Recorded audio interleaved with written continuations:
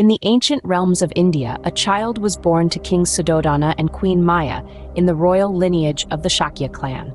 This child, Siddhartha Gautama, was destined for greatness, a prophecy foretold at his birth.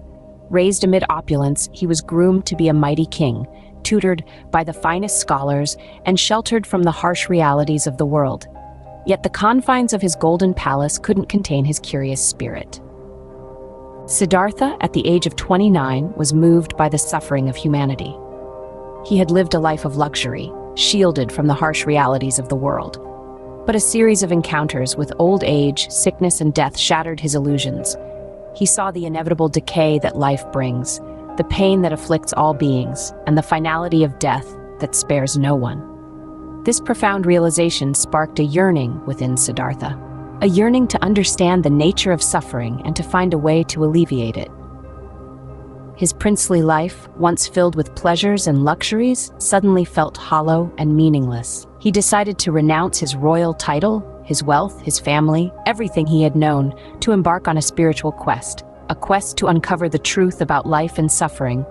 And so he ventured forth, leaving behind his royal life in search of the ultimate truth. As Siddhartha journeyed through the plains and forests of India, he sought wisdom from various spiritual teachers. He explored the depths of philosophy, practiced rigorous meditation, and subjected himself to extreme asceticism. There was a time when he survived only on a single grain of rice a day, his body weak and frail, yet his spirit undeterred. Siddhartha's journey was not without its trials. He encountered many false prophets and misleading teachings. He even came face to face with the temptations of Mara, the demon of desire. But Siddhartha remained steadfast, his heart set on his quest for truth. As he ventured deeper into his spiritual journey, Siddhartha began to realize that the path to enlightenment was not to be found in the extremes of self-indulgence or self-denial. He discovered that the key was the middle way, a path of balance and moderation. It was a profound realization, one that would serve as a cornerstone of his later teachings. He understood that the path to enlightenment was not about punishing the body or escaping the world, but rather about understanding the nature of reality and our place within it. It was about cultivating wisdom and compassion, about seeing things as they really are. And so Siddhartha turned his back on the extreme practices. He accepted a bowl of rice milk from a village girl, regaining his strength and vitality. With renewed determination, he continued his journey, seeking a place where he could meditate undisturbed. Finally, he arrived at a serene spot on the banks of the Narayana River, at a place now known as Bodh Gaya. There, he sat under the shade of a large fig tree, known as the Bodhi tree. He vowed not to rise until he had found the truth. In a place now known as Bodh Gaya, he sat under a Bodhi tree, determined to meditate until he found the truth. Under the Bodhi tree, Siddhartha meditated intensely. As he sat in contemplation, the night seemed to stretch out into an eternity. His mind was a battleground, assailed by the demon Mara.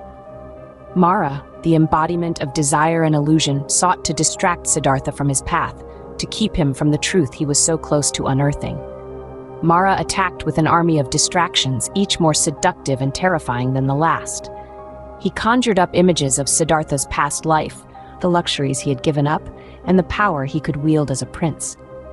He tried to sow seeds of doubt, fear, and desire in Siddhartha's mind. But Siddhartha, steadfast and unwavering, met each distraction with calm resolve and clear understanding. He saw through the illusions, recognizing them as mere products of his own mind. Then, Mara played his final card. He challenged Siddhartha's right to sit in that spot, to seek enlightenment. But Siddhartha, with a simple touch of the earth, called upon the earth itself to bear witness to his years of sacrifice and dedication.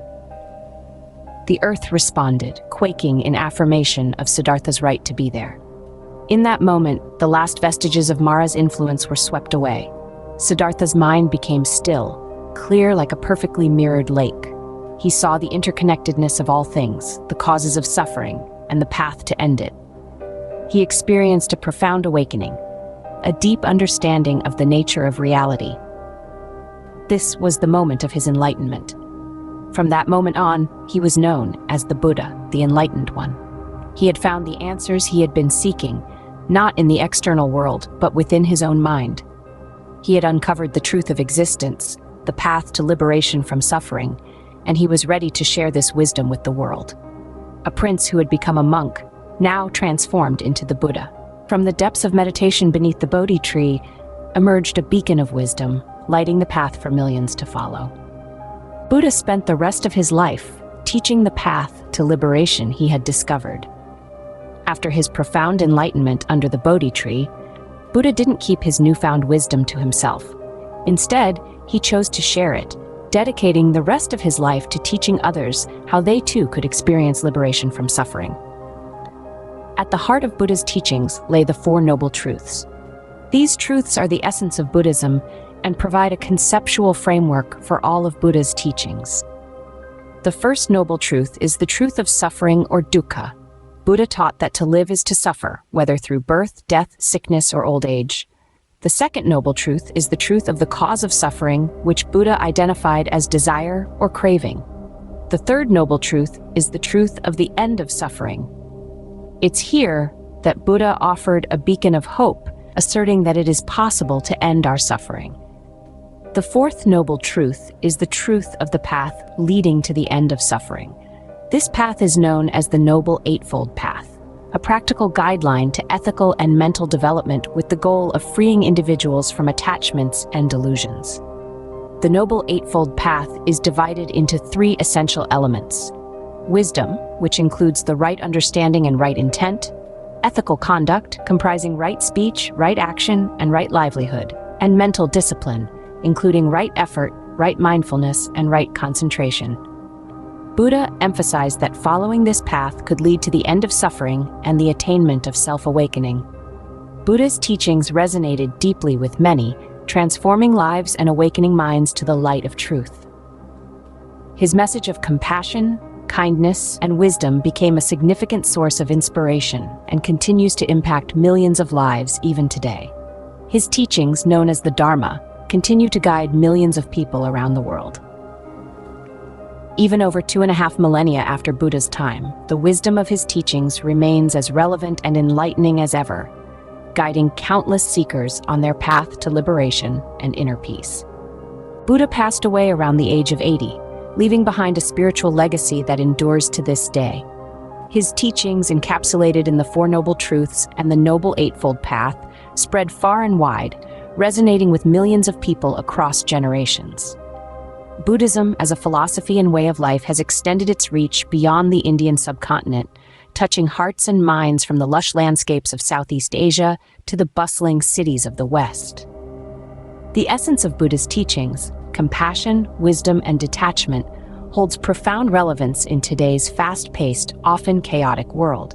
As we grapple with existential questions and seek solace amid life's trials and tribulations, Buddha's teachings offer a beacon of hope, guiding us towards a path of mindfulness, understanding, and inner peace.